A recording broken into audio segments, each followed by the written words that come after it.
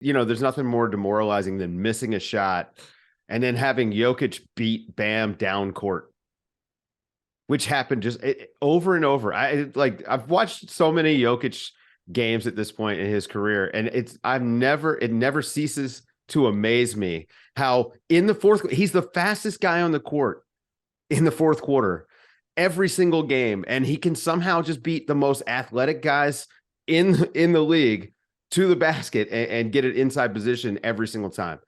He's the most like unique player that of modern times for sure. This just hearing you say that, it reminds me a little bit. I'm going to make this is not a player comparison, but a former Nugget.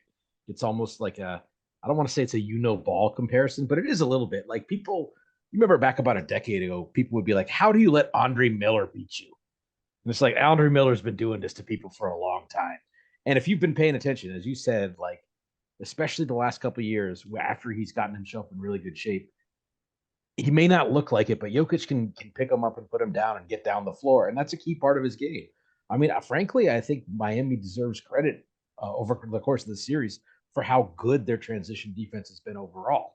I mean, you compare them to I think Mo said this last night during the game that Anthony Davis is still trying to catch his breath. Yeah, from trying to chase down Jokic. So like, it's happened once or twice to Bam, but there's faster players and better athletes than Bam that Jokic has beat down the floor. I mean, and the thing, he played the entire second half of Game 3. I mean, the guy does not actually need rest at this point in the year. I mean, yeah. I'm sure he rested a ton after the game. Yeah. But I think no, I know, but the more important thing I think when you just look at this is the thing about Jokic that's so tough.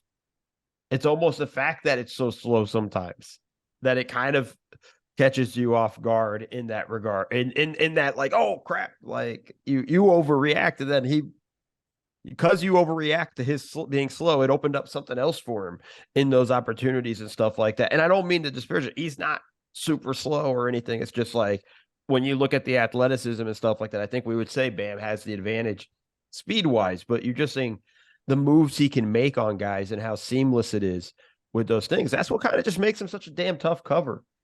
And I don't know how hard this really felt like for him at times. If like this 30-point triple-double, 30, 20, and 10 triple-double, I don't know how hard it was. He's basically, you can't stop him inside. If he gets on the block and he has the ball, he can just score at will. You can't leave him open from three because he's automatic. I mean, legitimately, just automatic every single time he puts up an open three. So you can't sag off of him because he's going to take the shot. And then if you come up, he's going to dribble around you. I mean, I just don't know what the options are with him.